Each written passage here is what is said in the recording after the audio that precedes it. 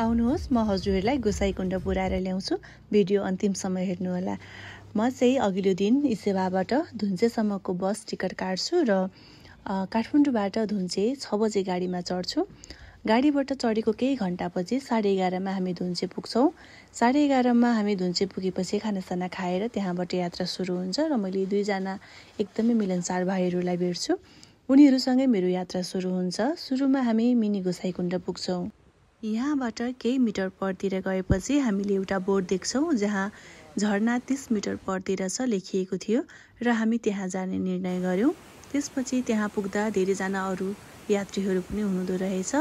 हामी केही बेर बसेर फोटो भिडियोहरू खिच्यौँ अनि त्यहाँको एकदमै चिसो पानी, चिसो हावा रमाइलो भइरहेको थियो। केही समय बसेपछि त्यहाँबाट निस्किने निर्णय गर्यौँ।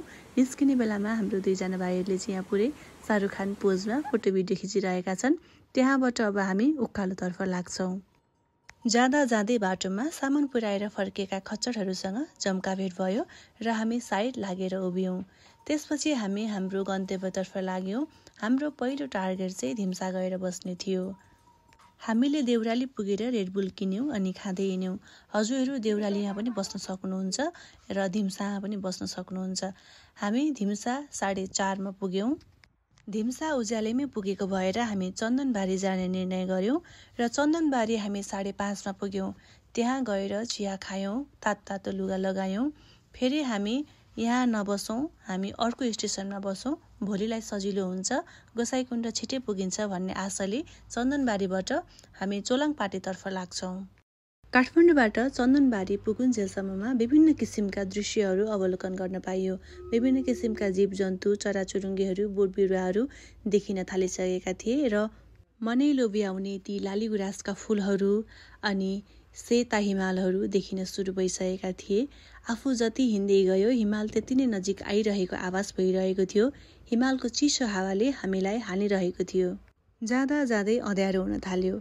मनमा कता चिसो पस्न थाल्यो। हामीले गलत डिसिजन लियौँ कि भन्ने पनि लागिरहेको थियो। हाम्रो यात्राको रफ्तार एकदमै धेरै बढ्यो। हामी बल्ल तल्ल 7:30मा चोलाङपाटी पुग्यौँ। त्यस दिन त्यहीँ बास बसेर हामी भोलिपल्ट 5:30मा गोसाइकुण्डको यात्रामा निस्कन्छौँ।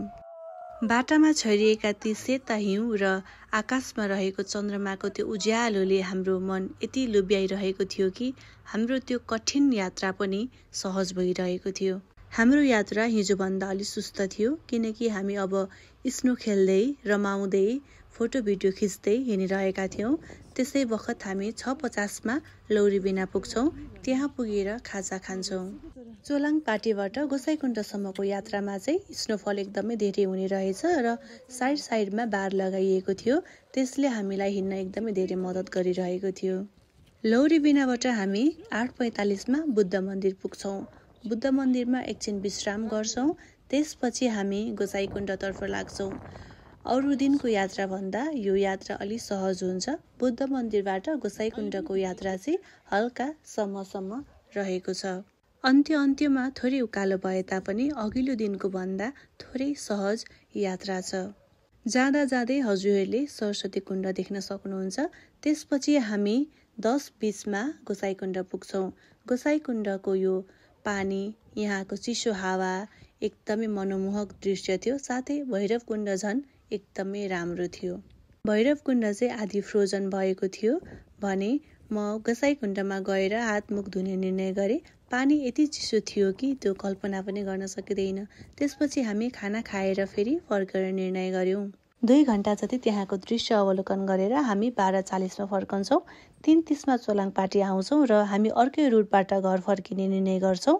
हामी त्यहाँबाट ठुलो स्याफ्रु बस्छौँ। भोलिपल्ट काठमाडौँ आइपुग्छौँ।